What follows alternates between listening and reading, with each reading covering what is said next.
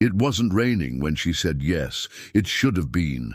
Instead, the sky hung low over the Whitmore estate like a held breath, grey, still, watching. Ava stood at the edge of the grand foyer, a place she once dusted in silence, now offered. As her new home, Ethan Whitmore stood opposite her, holding a folded contract instead of a ring. 1 year, he said flatly, in exchange for protection, a place to live, and enough to disappear. His voice was precise, emotionless. But Ava wasn't listening to the terms. She was studying the man, and more importantly, the eyes that didn't quite meet hers. He didn't marry her for love. He didn't even ask her to pretend. Ethan was a businessman, salvaging a brand, not a heart. His last engagement ended in scandal, embezzlement, betrayal, tabloids soaked in speculation and shame. The Whitmore name had become radioactive. Investors whispered about family fraud, about a child born out of wedlock, and about a legacy splintering from within. Marrying someone invisible, someone who had no past to uncover, was a calculated move. Ava Thompson was the perfect ghost. She read the contract without flinching. "I have one condition," she said. Ethan tilted his head. "You never ask about my past," she continued, folding her hands in front of her like she was still wearing the housemaid uniform. A long pause followed, then a single nod. Agreed. They married 3 days later at a city registrar office. No press, no announcement. Ethan wore a charcoal suit. Ava wore a borrowed dress 2 sizes too big. The only witnesses were the family's accountant and a gardener who didn't speak English. Back at the estate, silence greeted them like an old friend. Staff kept their heads low. Margaret Whitmore, Ethan's mother, didn't even bother hiding her disdain. "You married the help," she hissed later that evening. Ethan said nothing, but Ava met Margaret's stare without blinking. That night, as the house settled into its usual rhythm of muted footsteps and closed doors, Ava didn't unpack. She walked the halls instead, barefoot, deliberate, like someone who already knew. Where the shadows fell. Ava hadn't stepped into the main hall since she was 17. That year, her mother had vanished. No goodbyes, no forwarding address, just a single note. "If you ever hear my name again, pretend you didn't." Ava didn't pretend. She just swallowed the ache. And when she returned to the estate years later under another identity, she buried every trace of who she'd been beneath layers of silence. But this marriage, it wasn't part of her plan. This was fate folding into itself. Ethan noticed her silence first, then her presence. She didn't decorate. She didn't host. But the staff whispered about how she moved through the rooms like someone who had memorized them long before arriving. "She walks like she's remembering something," one cook muttered. Ava didn't correct them, because she was. Every creak of floorboard, every draft in the corridor whispered secrets that once belonged to her childhood. One evening, Ethan caught her staring at a painting in the east corridor. A woman in blue, face partly turned, eyes soft and distant. "She was erased," Ava said softly. "Excuse me?" Ethan asked. "She's not listed in the family archives. No nameplate, but she belonged here once." He frowned, stepping beside her. "How would you know that?" Ava only smiled. "I used to live here," she nearly said. But she didn't. Not yet. He began to notice small inconsistencies. Rooms she shouldn't have had keys to. Conversations she overheard, but was never present for. A familiarity with the estate's architecture that made no sense. One night, he found her in the north wing, sealed off since his grandfather's death. "It was never locked properly," she said without looking at him. "This room used to smell like tobacco and bergamot." "You've been here before, haven't you?" he asked. She finally turned. "Yes, but not as your wife." The answer unsettled him more than it should have. He called his private investigator the next day. No trace of Ava Thompson existed before 5 years ago. No family, no education records, no employment history outside the Whitmore Staff Agency, which, curiously, had shuttered the year she left. That evening, Ava stood by the window of the Rose Suite, the estate's oldest room. Thunder rolled across the valley. She pressed her palm against the glass. "They still think I'm here to disappear," she whispered. "But they don't. Realize I came back to be seen." Behind her, the shadows shifted. In the darkness of her closet, beneath a false panel, sat a journal. Bound in cracked leather, initials etched faintly into the corner. LM. Ava didn't open it yet. She didn't need to. Every page had already been carved into her memory. Because the woman in blue wasn't just a forgotten portrait. She was Ava's mother, and this time she wouldn't vanish. The next morning, Ava woke before the sun. She dressed in silence, slipping through the halls with practiced ease. The estate was still asleep, the staff not yet moving. She made her way to the west wing, the oldest part of the manor, where the paint peeled in places and the floor creaked. With every careful step, she stopped before the portrait again, the woman in blue. The light was different now, soft and golden. It made the woman's eyes seem alive. Ava stood motionless for several minutes, absorbing every brush stroke, every detail. The ribbon tied at the woman's wrist, the slight curl of hair tucked behind one ear, the sadness in her mouth that didn't quite make it to her eyes. There was no doubt. This was Lena Monroe, Ava's mother. And this painting, hidden at the end of a dead hallway, was the only evidence she had ever existed inside this house. Ava pulled out her phone and snapped a photo just before footsteps echoed behind her. It was Clara, Ethan's aunt. Sharp-eyed, elegant, and far more observant than she let on. "You like that one?" she asked, voice low, not surprised to find Ava here. "It used to hang in my father's office. Disappeared sometime in the 90s. Funny how it's still here."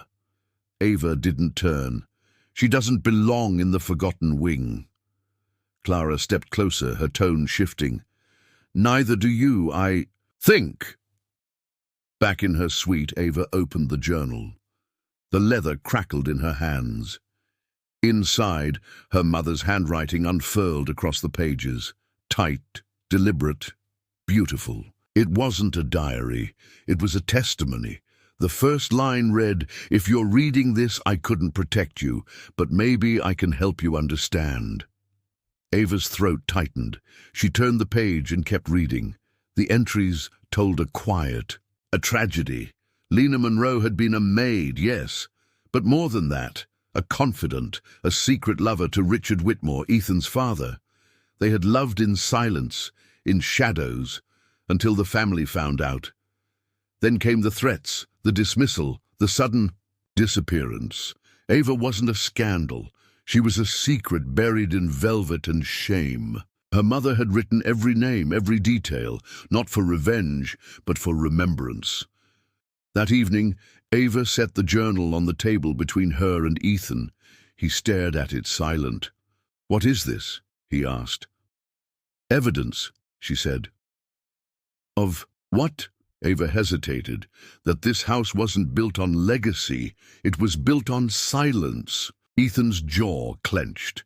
He didn't open the book. "I don't know what you're playing at." Ava leaned in. Neither did she. Ethan began asking questions. First, to the house manager, about staff records from the 80s.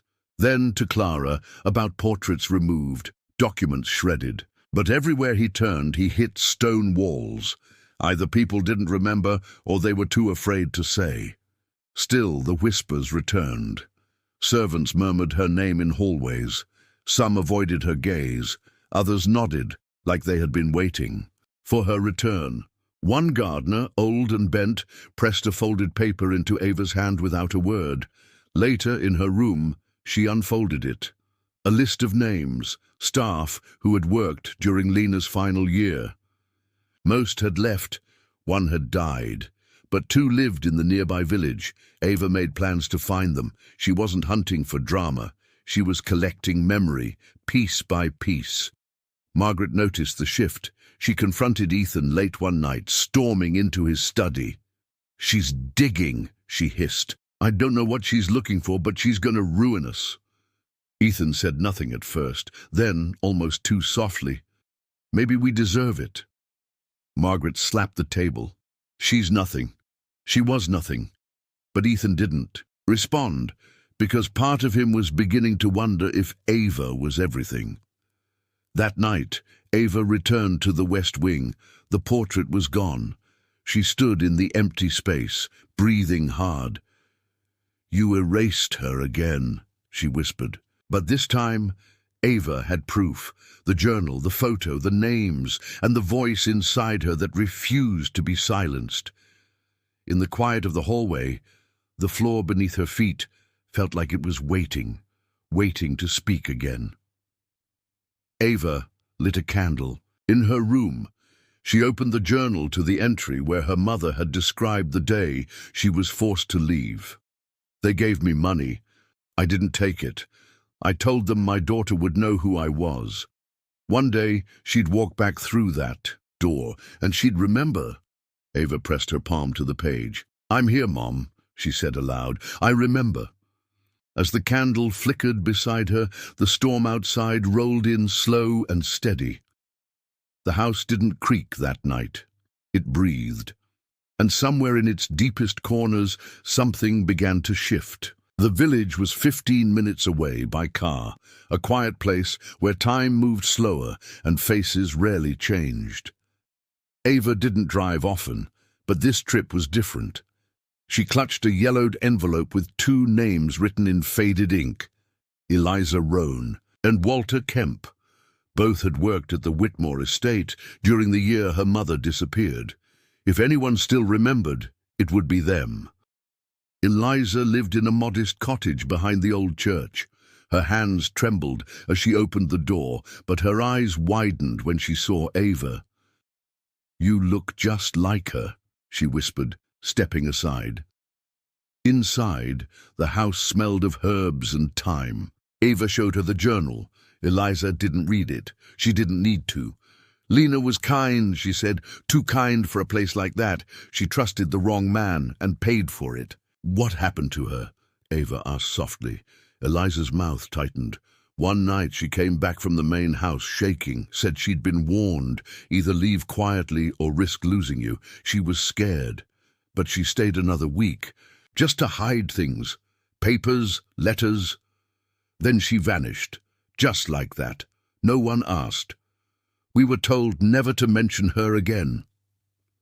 Ava nodded, her fingers trembling, as she folded the journal back into her coat. Walter Kemp was harder to find. He lived at the edge of the village, in a small trailer surrounded by rust and silence. When Ava knocked, he opened the door but didn't speak. She showed him a photo, Lena in the rose garden, smiling, holding a baby. His eyes filled with tears. "I remember the day they took that," he murmured. She said, "This is the last safe place." Then she dug something into the soil near the red rose bush. Ava's breath caught. She had passed that rose bush dozens of times. It had never bloomed in her memory. "Why didn't you say anything?" she asked. Walter looked away. "Because they made sure we knew silence was the only way we'd keep our jobs, our homes." Ava placed a hand on his arm. "Thank you," she said quietly. "You've done enough." Back at the estate, she walked straight to the garden. The sky was overcast, and the scent of damp earth filled the air. The red rosebush sat crooked, its petals limp.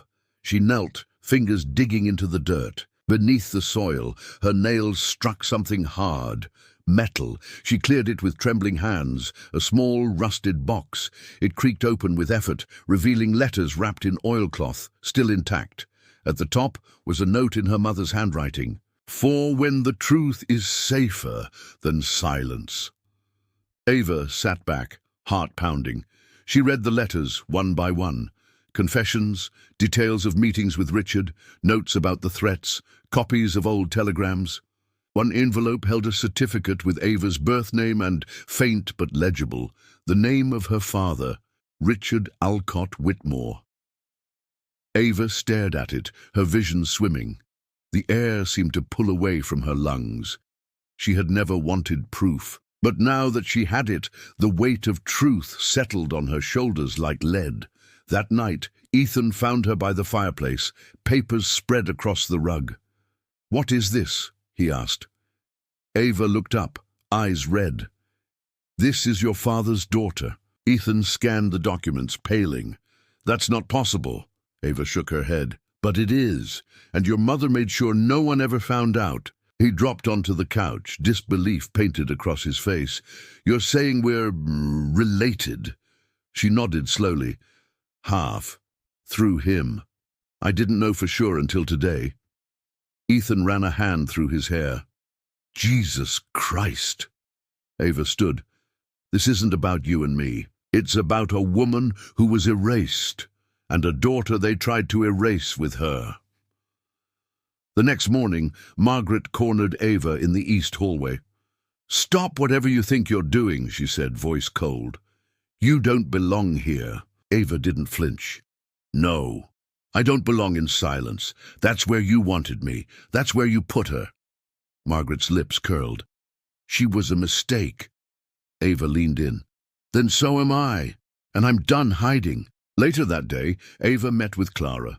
She handed her a folder containing copies of the letters and the birth certificate. Clara read them in silence, then closed the folder. "You're her daughter," she said simply.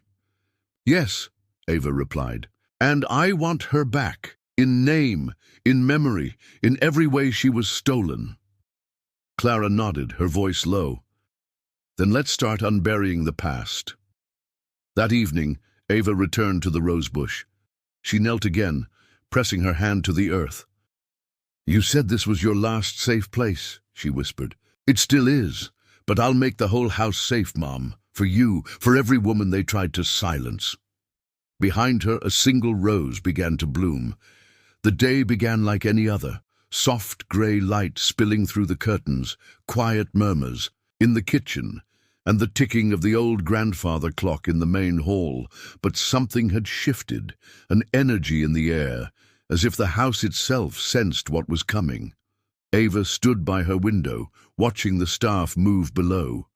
Some of them had worked there since before she was born. Did they know? Had they guessed? She didn't need them all, just enough. The first person she approached was Mary, the housekeeper who had overseen the maids for 3 decades.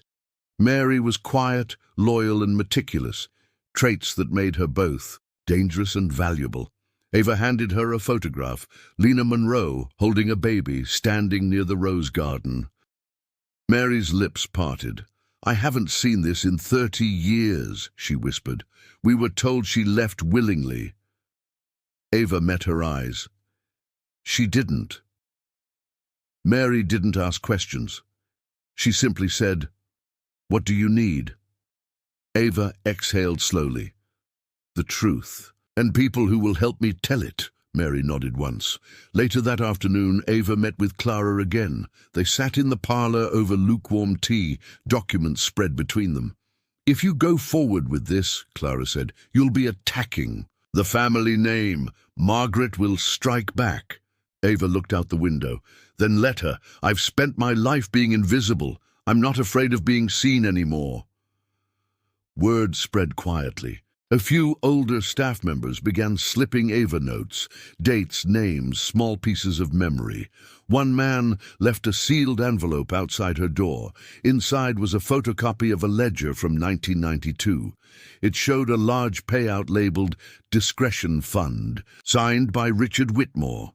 The recipient was Lena Monroe. Ava stared at the signature until her eyes blurred. Even in silence, he had tried to speak. Ethan avoided her for days. When they finally crossed paths in the gallery, the tension was thick.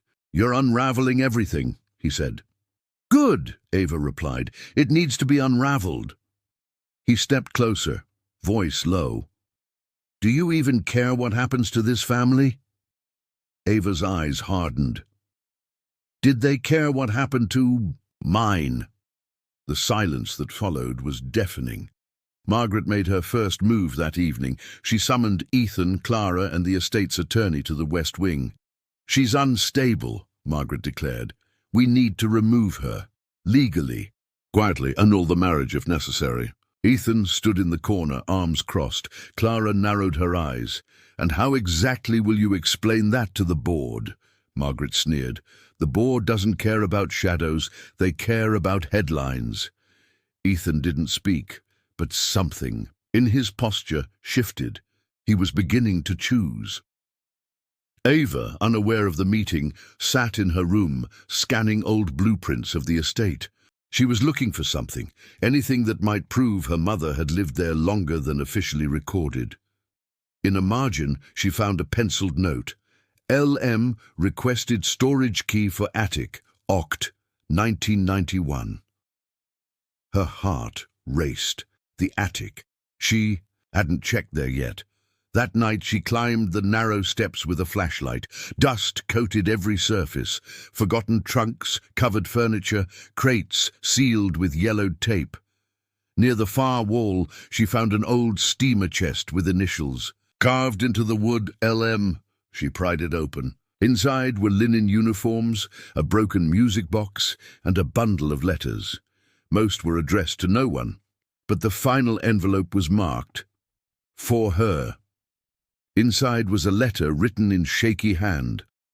If you find this, it means you're stronger than they thought. I loved him, and he loved me, but love wasn't enough. They made sure of that. Don't let them bury you too. Ava pressed the paper to her chest and wept. The next morning, Margaret's voice echoed through the halls. She'd seen the staff whispering, felt the tide turning. I built this house, she shouted, brick by brick, loyalty by silence. But no one answered. Even loyalty has a breaking point, and Margaret had reached it. Ava made her first official move that afternoon. She delivered a package to the Whitmore board. A dossier of evidence, birth certificate, ledger copies, letters, photographs. She didn't ask for money. She didn't ask for power. She asked for recognition. And she signed it not as Ava Thompson, but as Ava Monroe Whitmore. That evening, Clara entered Ava's room with a grave expression. You've set fire to the house, my dear, she said. Ava looked up, calm and steady. Then let it burn. And for the first time, the walls didn't resist. They listened. The board didn't respond immediately. For 3 days, the estate was silent. No lawyers, no press, no formal reaction. But Ava knew the absence of noise wasn't peace. It was strategy. Margaret was calculating. She didn't act impulsively. She waited for others to expose themselves. But this time, Ava had moved first. She had set the terms. On the 4th morning, Ethan entered Ava's room without knocking. He held a copy of the dossier in his hand. You sent this, he said flatly. Ava nodded. They deserve the truth. So does the public. Ethan paced. You've backed them into a corner. Ava stood slowly. No, I just held up a mirror. What they see is their own reflection. He didn't argue. He just left. Later that afternoon, Clara called Ava to her private study. She closed the door carefully, drawing the curtains. They're meeting tomorrow, she said. All 12 board members. I pulled some strings to get the agenda. Ava scanned the paper Clara handed her. At the bottom, Item 7, Consideration of Petition, filed by Ava M. Whitmore, formerly Ava Thompson. She looked up. This is real now. Clara nodded solemnly. It always was, but now it's undeniable. That night, Ava walked the estate grounds alone. The house loomed above her like a beast caught between sleep and memory. She stopped in front of the East Wing gallery, the corridor of family portraits. Inside, generations of Whitmores watched. In stillness, Men in dark suits, women in pearls and posture. Ava's mother wasn't among them, but Ava planned to change that. The next morning, the boardroom was heavy with tension. 12 seats, 11 men, 1 woman. Clara sat beside Ava, who held a single envelope in her lap. Ethan stood behind her, arms folded, watching everything. Margaret entered last. She took her seat without looking at Ava. The meeting began with formalities, but all eyes kept drifting to the envelope. When it came time for Ava to speak, she stood and placed the envelope on the marble table. "My name is Ava Monroe Whitmore," she said. "I am the daughter of Lena Monroe and Richard Alcott Whitmore. I have documents to prove it. And I am not here to claim fortune. I'm here to reclaim memory." Her voice didn't waver, her hands didn't shake. She'd waited too long for this moment to let fear interrupt it. The room fell into silence. Then Margaret spoke, cool and cutting. "You were a mistake." Ethan flinched. Ava didn't. "No, I was inconvenient." "That's not the same thing." Margaret leaned forward. "You're nothing but the result of a lapse in judgment. That doesn't make you a Whitmore." Ava walked slowly to the center of the room. "It does, if the man who raised this empire wrote it down, signed it, whispered it when no one was listening." She opened the envelope. Inside were copies of the birth certificate, Lena's letters, the testimony from Walter, and a sealed recording labeled March 12th, 1992. She didn't play it. Not yet. "You erased her," Ava said softly, "and in doing that you tried to erase me, but here I am, speaking, remembering, existing." A board member named Langston, an old family friend, cleared his throat. "Do you want a seat at the table?" Ava shook her head. "No, I want a name on the wall, a portrait in the gallery, and for every archive that pretends she never walked these halls, I want the lie undone." The vote didn't happen that day. They needed time, they said. Time to deliberate, to consult legal counsel. Ava expected it, but she had already planted the root. It was growing, twisting, reaching into the cracks of the foundation. And not even Margaret could cut it cleanly. That evening, Ava stood before the fireplace in her suite. She lit a single match and held it over one of her mother's letters. A copy, not the original. As the flame consumed the page, she whispered, "For every lie they buried, I'll unbury a truth." Behind her the wind rose, brushing against the windows like an exhale from the past. Ethan found her there. "They're going to fight you," he said. "I know," Ava replied. "Let them." He stepped closer. "You're changing everything." Ava turned to him. "No, I'm just returning what they stole." He looked at her differently now, not as an enigma or a liability, but as something much harder to control. An heir with purpose. Outside, the roses bloomed again. 2 days later, a package arrived for Ava. No return address, no stamp, just a brown paper box placed gently outside her door. She opened it slowly, careful not to tear anything. Inside, wrapped in tissue, was a cassette tape. The label read, March 12th, 1992, Confession. Her hands went still. That date, the same day her mother disappeared, and the same label she'd seen on the copy she gave the board. But this was the original. She took it to Clara first. They sat in the archive room, the only space where the walls didn't feel like spies. Clara placed the tape into a portable recorder. "Are you ready?" she asked. Ava didn't speak, she just nodded. Clara pressed play. The sound crackled. Then came the voice, deep, tired, unmistakable. Richard Whitmore. "If someone finds..." "This I failed," his voice said. "I couldn't protect her. I couldn't protect our daughter. I let them make me choose between love and legacy, and I chose wrong." Ava's eyes welled. Clara's lips parted, stunned. "They erased her, and they'll erase the child if they find out. But she has a right to this name, to this blood." And if you're hearing this, give her everything." The tape clicked. Then silence. Ava stared at the recorder. The truth wasn't just written now, it was spoken, sealed in voice, impossible to refute. Clara whispered, "He knew, all along." Ava nodded. "And he tried, too late, too quietly, but he tried." They made 3 copies. One for Ava, one for her lawyer, one for the press, just in case. That evening, Ava returned to the East Gallery. The frame where her mother's portrait had once hung was still empty, as if the house had been holding its breath for 30 years. She placed a single rose on the floor beneath it. "We're almost there," she whispered. "You'll hang here again, not in shadows, not in shame." Ethan approached her later, eyes uncertain. "I heard the tape." Ava didn't ask how. She assumed Clara had played it for him. "It's real," he said. "He admitted everything." Ava studied him. "What are you going to do?" He hesitated. "Stand beside you or get out of your way."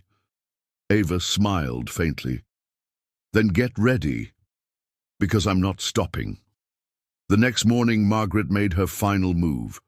She froze Ava's access to the estate trust, sent letters to board members questioning Ava's mental health, claimed she'd fabricated everything, even called in a family psychiatrist to conduct an informal evaluation. Ava refused. "You want to control the narrative," she said, "but the narrative belongs to the one who lived it." That same day, Clara called an emergency board session. This time, she played the tape in front of all 12 members.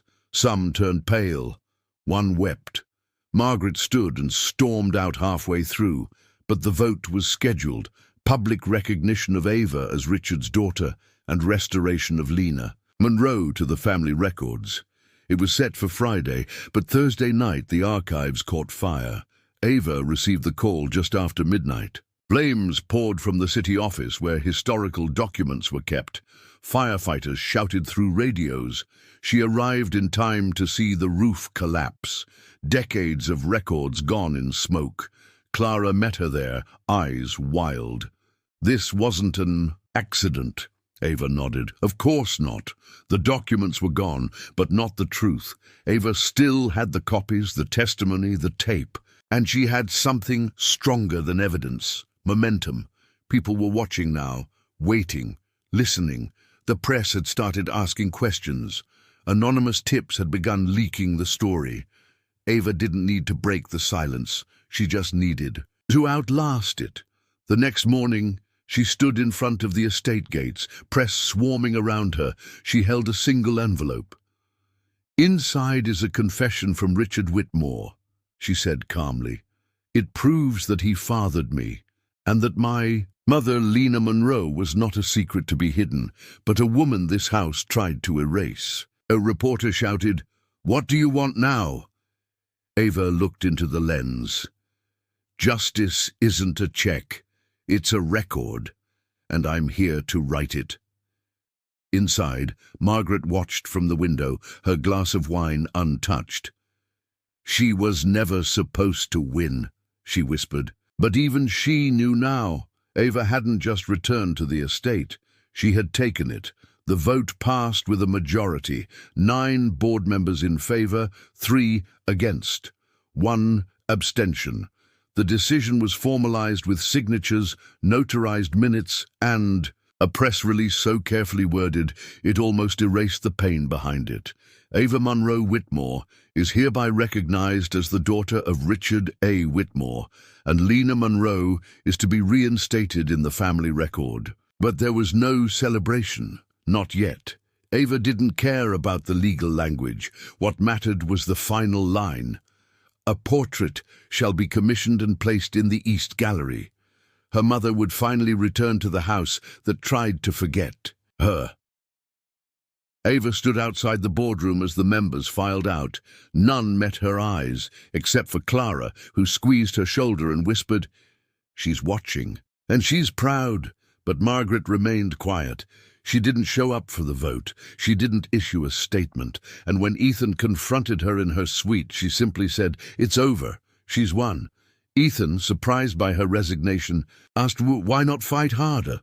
Margaret stared out the window. Because for the first time, I don't know how. It was the closest she would come to surrender. That evening, Ava received a delivery wrapped in brown paper. Inside was a painting, not a replica, but the original portrait of her mother once hidden in the West Wing. The back bore a faint signature, R.A.W. Ethan's father. He had painted it himself. Ava touched the canvas gently. He wanted her remembered, she whispered. They just didn't let him. She installed the painting herself. No ceremony, no audience, just her, the gallery walls, and the faint scent of old wood and turpentine. She hung it between two patriarchs, men who never spoke her mother's name aloud. Now you look them in the eye, Ava said, every day. When she stepped back, the frame gleamed in the morning light. Then came the letters, dozens of them, staff, former employees, villagers, even strangers, people who had lost someone to silence, people whose mothers had vanished from records, whose daughters had been denied names. One note read, "Because of your story, I told mine." Another, "You didn't just save her, you saved all of us." Ava read every one. She started collecting the letters, compiling them in a binder labeled simply, "For her name." It grew, thicker by the day. She kept it beside the journal, now worn and soft with time. "You didn't write in vain," she whispered to her mother. "You wrote the first chapter. I'm finishing the book." But not everyone was ready to accept the change. 2 board members resigned. 1 threatened a lawsuit. Margaret issued a final statement, detached, formal, cold. "While I respect the board's decision, I will not participate in further revisions of family history." Ava smiled when she read it. Because history doesn't need her permission anymore, Julian, Ethan's cousin, and a younger board member approached Ava in the garden. "You could take a seat now," he said. "Officially join the company. Use your influence." Ava shook her head. "I don't want to wear the crown. I just wanted them to stop pretending I didn't exist." Julian nodded. "That might be the most powerful position of all." Later that week, Clara handed Ava a file. Inside, old transcripts, legal reports, an unpublished memoir from a staff member who had worked with Lena. "I think this belongs with you," she said. Ava flipped through the pages, finding new fragments of her mother's life. A favorite book, a recipe she made for the staff during holidays, a poem she once recited from memory. Ava smiled. She was a whole person, and now the world will remember her that way. That evening, Ava hosted a dinner in the staff hall, not for press, not for power, but for the people who had witnessed her mother's presence. The room was filled with laughter, quiet tears, and stories. One woman raised her glass and said, "To the woman who cleaned this floor and still stood taller than all of them." Glasses clinked. Ava stayed quiet. Her mother had never gotten a eulogy, but this was better. As the night ended, Ethan pulled her aside. "You're done now, right?" Ava looked at him. "Not yet," he frowned. "What's left?" She smiled softly. "Justice lives in the echo. I want it to keep ringing." She turned away before he could ask what that meant. But she already knew. Ava wasn't done rewriting the story. She was just beginning to publish it. The invitation came quietly, a national news network requesting a televised interview, prime time, 1 hour. "Uninterrupted," the producer said. "In your words, from beginning to end." Ava stared at the message on her screen. She didn't reply right away. She walked to the East Wing gallery instead and stood in front of her mother's portrait. "They want to hear our story," she whispered. "But are they ready for the truth?" She accepted 2 days later. No glam team, no stylists, just Ava, her voice, and the weight of 3 decades of silence. The interview was scheduled for a Sunday evening. The world would be watching. Margaret found out through the news. She didn't say a word, just poured. herself another glass of wine, and stared at the television, the volume off. The day before the interview, Ava received a package. No label. Inside was a letter, handwritten, trembling.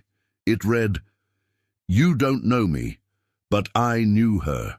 She saved me from losing everything, and I never forgot her. If you're doing this for her, then do it loud. She deserves to be heard." Ava folded the letter gently, another voice joining the chorus, another ghost made visible. On the night of the interview, the studio was cold and bare, a single chair, a camera, a spotlight. The host, a gentle but respected journalist, greeted her with a quiet smile. "Ready?" Ava nodded. Her hands didn't shake. Her voice didn't crack. She had spoken to silence for too long. This time, it would listen. The interview began with a simple question. Why now? Ava looked into the lens. Because silence protected the wrong people. And because my mother died thinking her voice ended in a hallway no one walked through anymore, I'm here to open that door. She didn't perform. She didn't dramatize. She told the story like she lived it, honestly, patiently, without fear. She recounted the portrait, the journal, the letters, the tape. She explained the fire, the threats, the resistance. She spoke of legacy, not as inheritance, but as responsibility. "A name isn't just something you carry," she said. "It's something you build, or something they bury." I chose to dig. When asked if she forgave them, her answer was measured. Forgiveness is personal. This isn't about forgiving, it's about remembering. I don't want their apology, I want their accountability. The host paused, then quietly, "And do you think you've found peace?" Ava looked away. "I don't want peace. I want clarity. I want her name to mean something again." Back at the estate, staff crowded around a small television. Clara sat at the head of the long kitchen table, glass of wine in hand, watching Ava's face fill the screen. Ethan watched from his father's old study, eyes filled with something close to awe. Even Julian, long silent, always diplomatic, sent Ava a single message. She'd be proud. We all should be. After the interview, the world exploded. Her name was Lena, trended worldwide. Thousands of women shared their own erased stories, daughters who never knew their mother's truths, wives denied legal recognition, survivors of silence.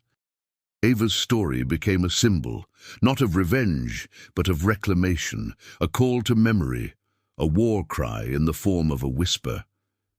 A week later, Ava launched the Monroe Fund, a trust for women displaced or silenced by institutions.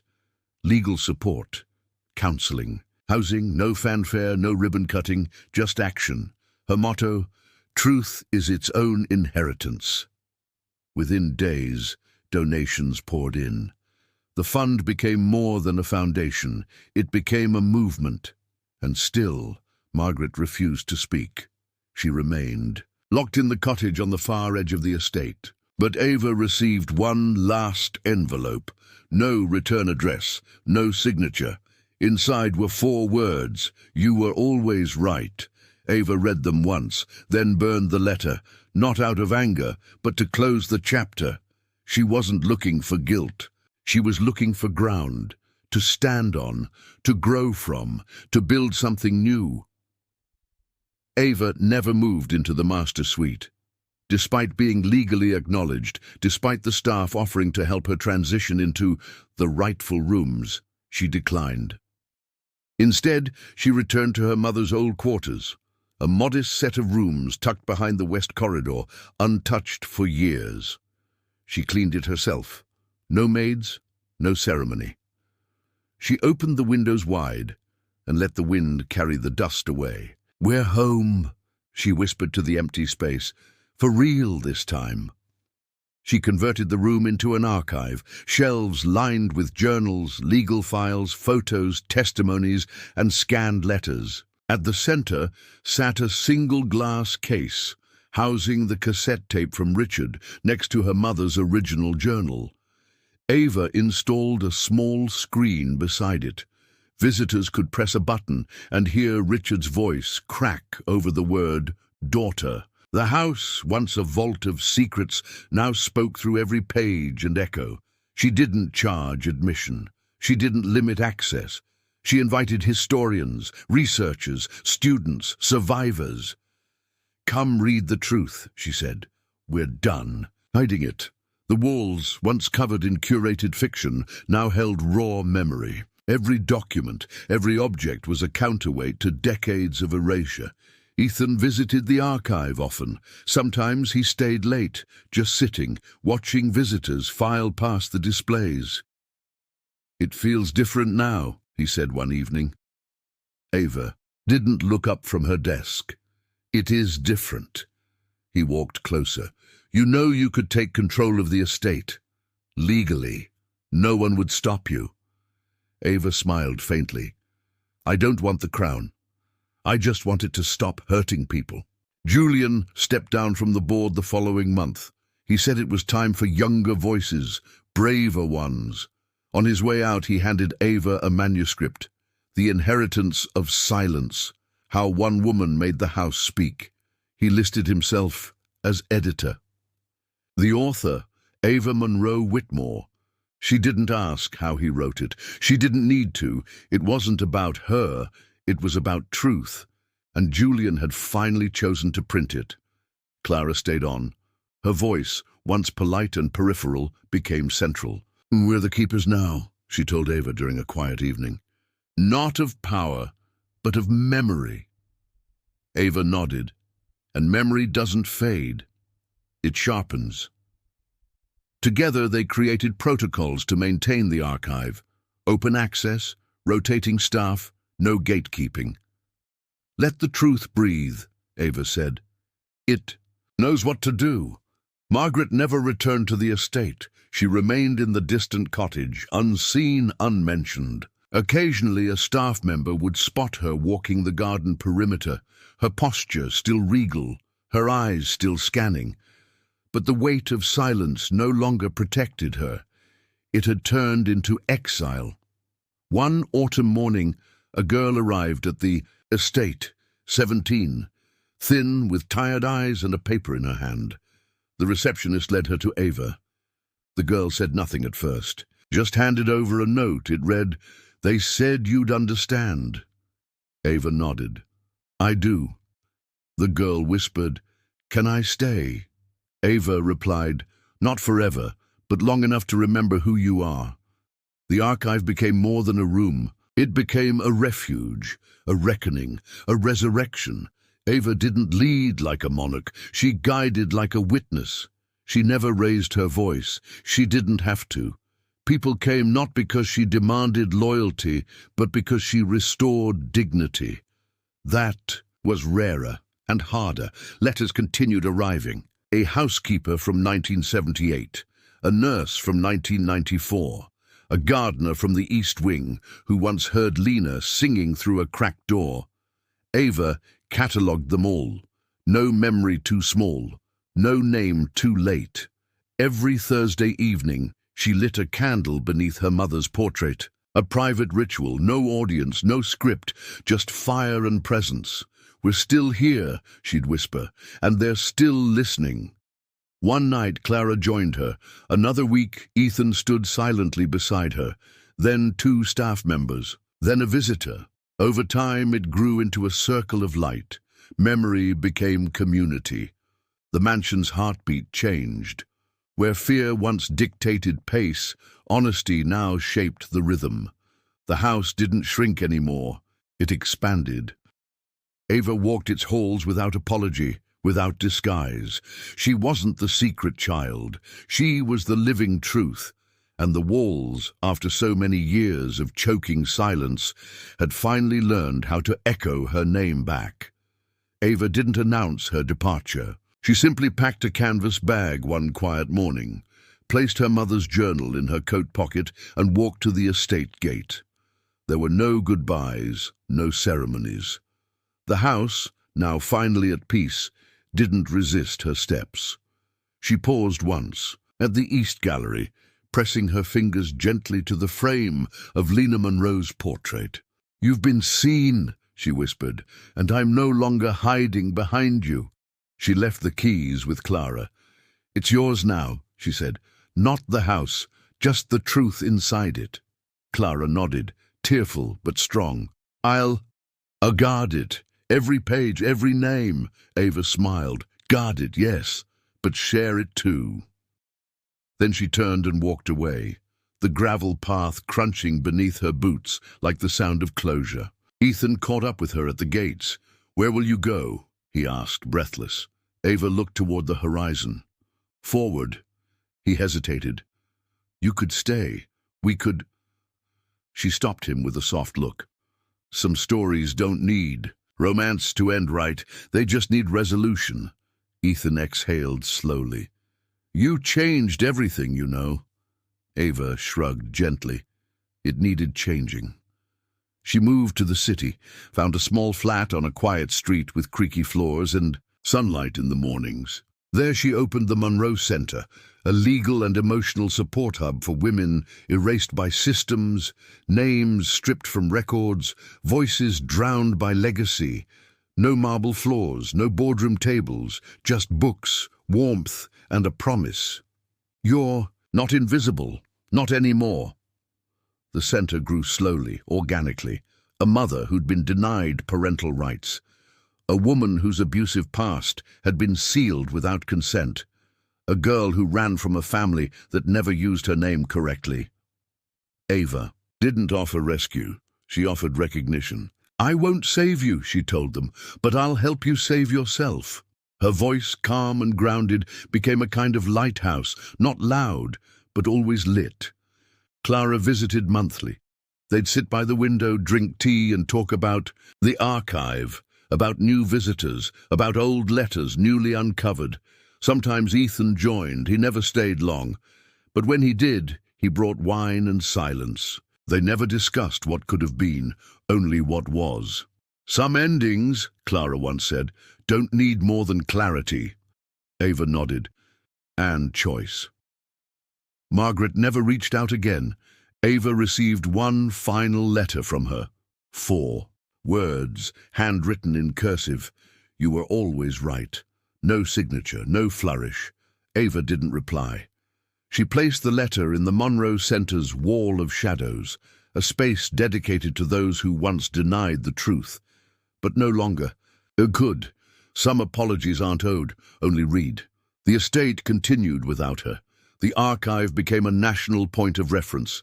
The board, now with younger leadership, included mandatory truth sessions in their governance. Staff received legacy training, not to repeat the silence, but to understand its cost. At the base of the Whitmore family tree, now carved in stone, 2 names shone in bronze: Lena Monroe, Ava Monroe, Whitmore. Years later, a journalist asked Ava what justice meant to her. She paused. "Justice is when truth echoes louder than the lies ever did." The quote went viral. She didn't care. She never wanted fame. She wanted space, for herself and for everyone who had been told to shrink. One rainy morning, she returned to the estate for a private visit. No cameras, no press. She walked alone through the halls, past portraits, past shadows that no longer frightened her. She placed her palm on the East Gallery's wall. "You're safe now," she whispered. "You're free." She passed a group of schoolchildren on a tour. One little girl pointed and whispered to her friend, "That's her." Ava turned, smiled and winked, then walked through the main doors without another word. She wasn't the ghost anymore. She was the legend, and legends don't stay behind. They move forward and take the world with them. 5 years passed. The Monroe Center expanded to 3 cities. A traveling exhibit titled "Women the World Forgot" opened at the National Museum, anchored by Lena Monroe's portrait and the cassette player looping Richard's voice. Visitors waited in line for hours. Some cried, some stood in silence. Others left letters taped to the wall, notes to mothers, sisters, daughters, lost to paperwork and pride. The wall had to be replaced 3 times, Ava rarely gave interviews anymore. She said what she needed to say. Now it was others who spoke. Survivors, advocates, students inspired by her quiet fire. One woman, a senator's daughter, stood at a rally and shouted, "My name is not a scandal, it's a story, and I owe that to Ava Monroe Whitmore." The crowd echoed her words. Ava watched it later from her kitchen, tea in hand. She didn't smile. She nodded. A book followed. The House Beneath Her Name, compiled by a collective of authors, many of them women Ava had helped directly. It wasn't just a biography. It was a weaving of testimonies, art, poems, court records, unsent letters. The final chapter was a scanned journal entry from Lena. "She will hear me one day. She will answer." Below it, Ava's handwritten note, "I did, and so will they." The Whitmore estate now hosted annual memory galas, not for donors, but for the forgotten. Families traveled from across the country to read names into the gallery's speaker system. No one was turned away. Ava attended only once. She stood in the back, unannounced. When Lena's name was read aloud, the silence that followed was not empty. It was full. Clara passed away in her sleep 2 years later. Her final journal entry read, "We broke the seal. She did the rest." Ava gave the eulogy, brief, steady, reverent. She didn't speak loudly, but she made sure silence never won again. The East Wing Archive was renamed in Clara's honor. Visitors leave flowers there now, not on graves, but on shelves. Ethan retired from the board, moved to a quiet coastal town, and sent Ava postcards twice a year. Always handwritten, always signed the same, "Still listening, we." She kept them in a box labeled "Maybe." It was enough. The Monroe Fund became global. Grants for women denied identity in war zones, legal teams for displaced families, educational, scholarships for girls whose birth certificates were never filed. Ava no longer managed the day-to-day. She didn't need to. The vision had become a village, and the village had become a movement. One night, Ava hosted a small gathering at her apartment. Former staff, young women from the center, old friends from the archive. As the night ended, someone asked, "Do you ever miss the house?" Ava looked out the window, watching the lights of the city blur. "No," she said, "because I took it with me, the part worth keeping." The next morning, she found an envelope at her doorstep. No name, no return address. Inside, a birth certificate, damaged, nearly unreadable. But on it, a single line still visible. Mother, unknown. Ava called her assistant. "Send someone. We're going to find her." The legacy didn't stop at one woman. It rippled outward, story by story, name by name. She visited the archive one last time that year, alone. She walked past the exhibits, the audio booths, the reading tables. She paused before the glass case, her mother's journal, now faded but firm, and the cassette tape beside it. She reached into her coat and placed a folded letter inside. No label, no context, just another voice added to the choir. On her way out, a young girl stopped her. "You're the one who made the house talk again," she said. Ava knelt gently. "No, I just listened long enough to hear it whisper." The girl smiled. "Can I do that too?" Ava nodded. "Yes." And louder. The city changed as cities do. New buildings grew where memory once lived. Streets were renamed. Voices shifted. But inside the Monroe Center, time moved differently. Slower, deeper, a sanctuary wrapped in stories. Every room whispered, every wall held a name. Ava walked through those rooms like someone passing through a library of lives, not as curator, but as listener. She had aged, gracefully and quietly. Silver wove through her hair like threads of smoke. Her walk had softened, more deliberate, but her voice remained the same, calm, unhurried, impossible to ignore. She no longer fought to be heard. She simply was, and people listened. One rainy morning, she opened a letter from a girl in Argentina. The letter was written in careful, broken English. I am the daughter of someone who was taken. My grandmother says no one cared until I found your name. Now they care. Ava folded the paper with reverence. The echo reached her. She whispered. It crossed oceans. The center hosted its first international gathering that year. 50 women, 20 languages, one purpose, to reclaim the right to be remembered. Ava gave the opening words, not a speech, just a sentence. We are not the first to be silenced, but we will be the last to stay that way. Applause wasn't thunderous. It was steady, grounded, like footsteps coming home. That night, alone, in her room, Ava dreamed of the estate. Not the one that once tried to erase her, but the one she rebuilt in memory. She walked its halls again, barefoot, the paintings watching quietly. In the east wing, she opened the door to the gallery. Her mother's portrait smiled gently from the wall, and beside it, a new frame, empty, waiting. She woke with a start, the dream still clinging to her skin like fog. That day, she called the director of the archive. "There's one portrait missing," she said. "Make room for it." The director asked, "Of who?" Ava paused. Then, "The one who stayed long enough to remember." A month later, she sat for the painting. No crown, no regalia.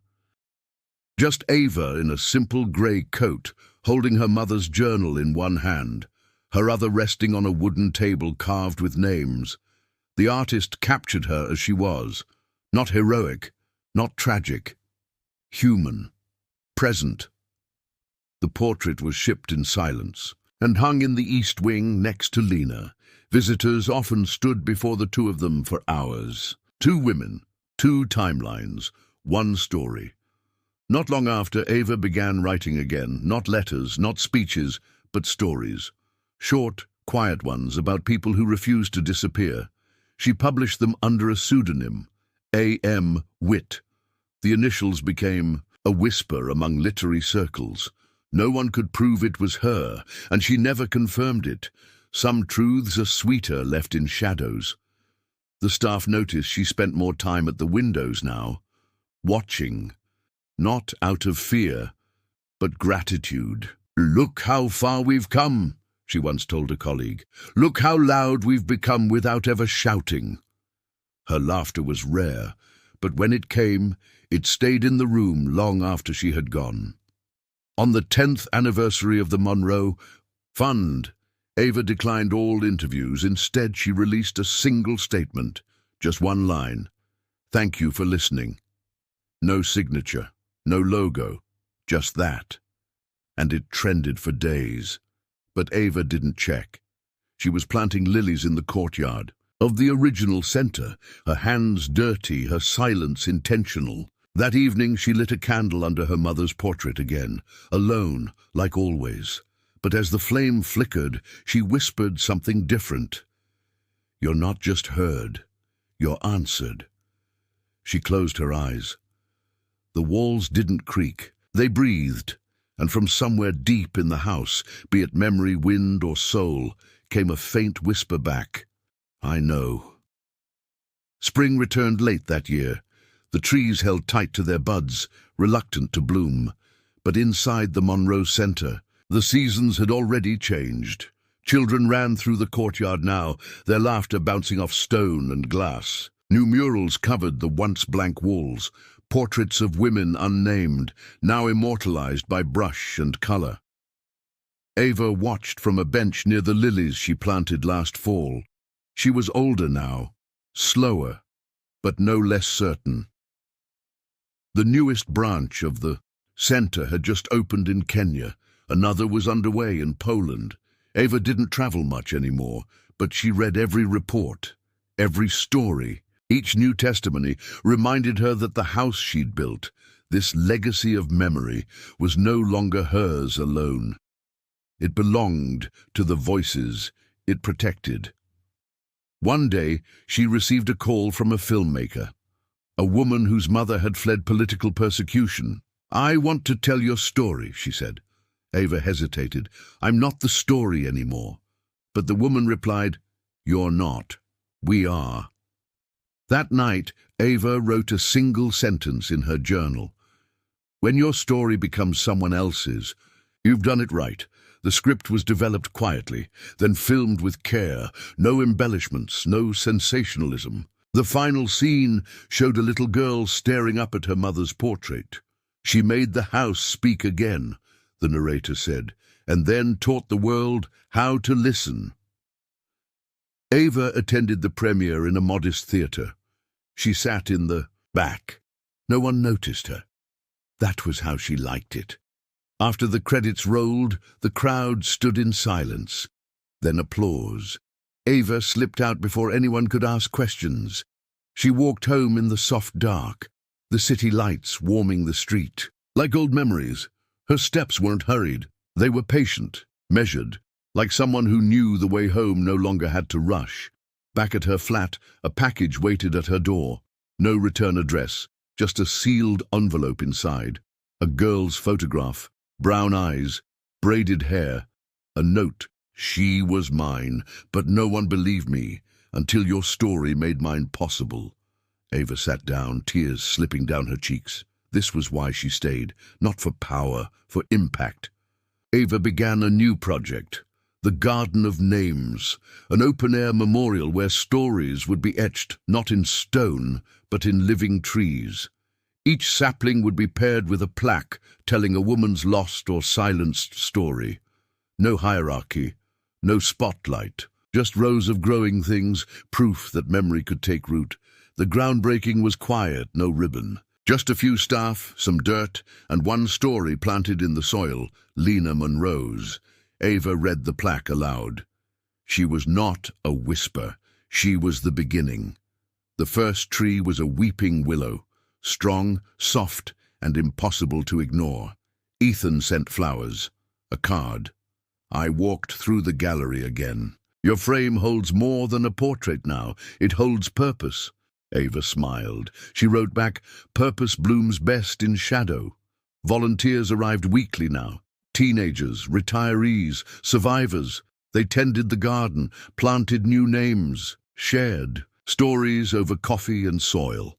One girl, no older than 12, asked Ava, "Why do you remember people you never met?" Ava looked at her. "Because if we don't, they disappear twice." Clara's daughter, now in her 20s, became a guide at the estate. She led groups through the gallery, ending every tour with the same words. Some names were hidden, but they were never gone. And now they never will be. Ava visited once, watched from a distance. The girl never saw her. She didn't need and do. The torch had been passed. Late one afternoon, Ava returned to the rose garden of the estate. The bush her mother once planted had bloomed again, blood red, brilliant. Ava knelt beside it, pressed her hand to the soil. "We made it, Mom," she whispered. "It was never about vengeance, it was about voice." A gust of wind passed through the trees. Not cold, just alive. Ava stood, brushing the dirt from her knees. Behind her, the garden stretched wide, no longer secret, no longer buried. Where memory had once been erased, it now grew wild. The Monroe Center had become more than a sanctuary. It was now a landmark. Scholars taught it. Activists modeled after it. And each year, on the anniversary of Lena Monroe's disappearance, people gathered not to mourn, but to testify. They didn't bring flowers. They brought names, stories, faces that had once been erased from dinner tables, courtrooms, birth records. Ava always sat in the back, hands folded, listening. This year was different. A young woman took the microphone. Her name was Sophia, 19, bright eyes, fierce posture. She held a printed journal, Ava's. "She doesn't know I'm reading this," Sophia said, "but I found this page and couldn't let it stay hidden." She cleared her throat. "It says, 'My mother died unheard. I won't.'" The crowd stilled. Sophia closed the book and added, "And now none of us will either." Ava didn't stop her. She smiled. The echo was working. She returned home that evening to a message on her machine. The voice on the other end was aged, gravelly. "Ava, this is Mary. I was the housekeeper. I remember your mother's laugh. I still hear it in the garden sometimes. Thank you for giving her back to us." Ava sat on the floor, the machine still blinking. She let it keep blinking. Some lights shouldn't be turned off. Ava began preparing her records for preservation. She labeled everything by feeling, not date: hope, fire, fog, bloom. Each box told a mood more than a moment. When asked why, she replied, "Facts get filed, but feelings, they live longer." Her archivist didn't argue. They just nodded and kept collecting. She wrote one last piece, an open letter published in dozens of languages. It wasn't a goodbye, it was an invitation. "Wherever you are, whatever they tried to bury, bring it to me, and I will remember with you." The letter spread across continents. People mailed in notes, bracelets, photos, poems. The center had to expand again. One night, Ava heard a knock at her door. A child, no older than 7, stood there holding a rose. No adult in sight. She handed the flower to Ava and said, "They told me to give you this for the lady who found her voice." Ava knelt, speechless. "Who told you that?" The girl shrugged. She was in a dream. That night Ava dreamed too. She was back, in the rose garden. Only this time she wasn't alone. Her mother stood beside her, not younger, not older, just present. Lena smiled. "I told you you'd hear me." Ava wept in her sleep. "I didn't just hear you," she whispered. "I became your voice." Lena reached out, brushed a strand of silver from her daughter's forehead. "You gave me eternity." The next morning, Ava sat by the window, writing a final note to herself. "We don't leave echoes. We are the echo. And someday, someone else will become mine." She tucked the note inside her mother's journal, closed it, placed it on the desk, then went for a walk. The air was soft, full of spring. The trees bowed slightly as if in reverence. The world did not stop when Ava passed, but something shifted, a kind of stillness, as though the ground remembered the steps of a woman who had once walked it afraid and now returned with peace. That evening, the staff at the Monroe Center found her journal open again, though no one had touched it. A new line had been added, in handwriting unmistakably hers. "I'm not gone. I'm just growing elsewhere." And beneath it, pressed between the pages, was a single fresh rose. Years passed. The world moved on, as it always does. But in certain corners, in libraries, gardens, whispered stories passed between generations. Ava Monroe Whitmore never left. Her name became more than a record. It became a reminder. The Monroe Center was now a global network. 50 locations, thousands of names restored, millions of lives touched. Every branch bore her mother's portrait in the entryway, and Ava's, in the heart of the archive. One spring, a group of schoolchildren visited the original estate. The youngest of them, a curious boy with a shy voice, asked his guide, "Who lived here?" The guide smiled. "Once, a woman tried to make everyone forget someone who didn't fit, but her daughter made sure the world remembered." The boy blinked. "Did it work?" The guide looked toward the gallery, more than she ever dreamed. Back in the East Wing, the two portraits, Lena and Ava, hung side by side, sunlight pooling across their frames. Visitors often lingered between them, as if waiting for the silence to say something, and sometimes it did. Sometimes the wind caught just right and the house sighed with memory. Every year, on the anniversary of the fire that nearly buried the truth, a small ceremony took place. No podiums, just candles. People read names aloud. No speeches, just remembering. That was enough. One evening, a woman arrived at the estate. carrying a dusty trunk. She introduced herself as a granddaughter of one of the estate maids, someone who had once helped Lena escape, quietly, invisibly. She never told anyone, the woman said, until she saw Ava on the news. Then she remembered herself. Inside the trunk were letters, a necklace, and a photograph. Lena holding baby Ava, laughing. The image was displayed at the center of the next exhibit. Its caption was just one sentence: proof that love tried, even when power didn't let it win. The estate evolved. The board was now diverse, intentional, and publicly accountable. Every new member received a copy of the house beneath her name as part of their onboarding. One man reportedly wept after Chapter 6. Another resigned after reading Chapter 9. The truth didn't just live in books, it moved people. Ethan passed away in his sleep years later. His will left a final donation to the Monroe Fund with a handwritten note to the only woman who ever made this house honest. He was buried with a copy of the original portrait, not of Ava, but of Lena. She was the beginning, he once said, and I spent my life trying to catch up to that. And what of Ava?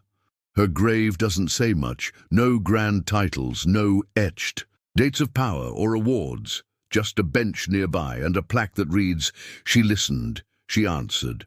Now it's your turn. The Monroe Center lives on.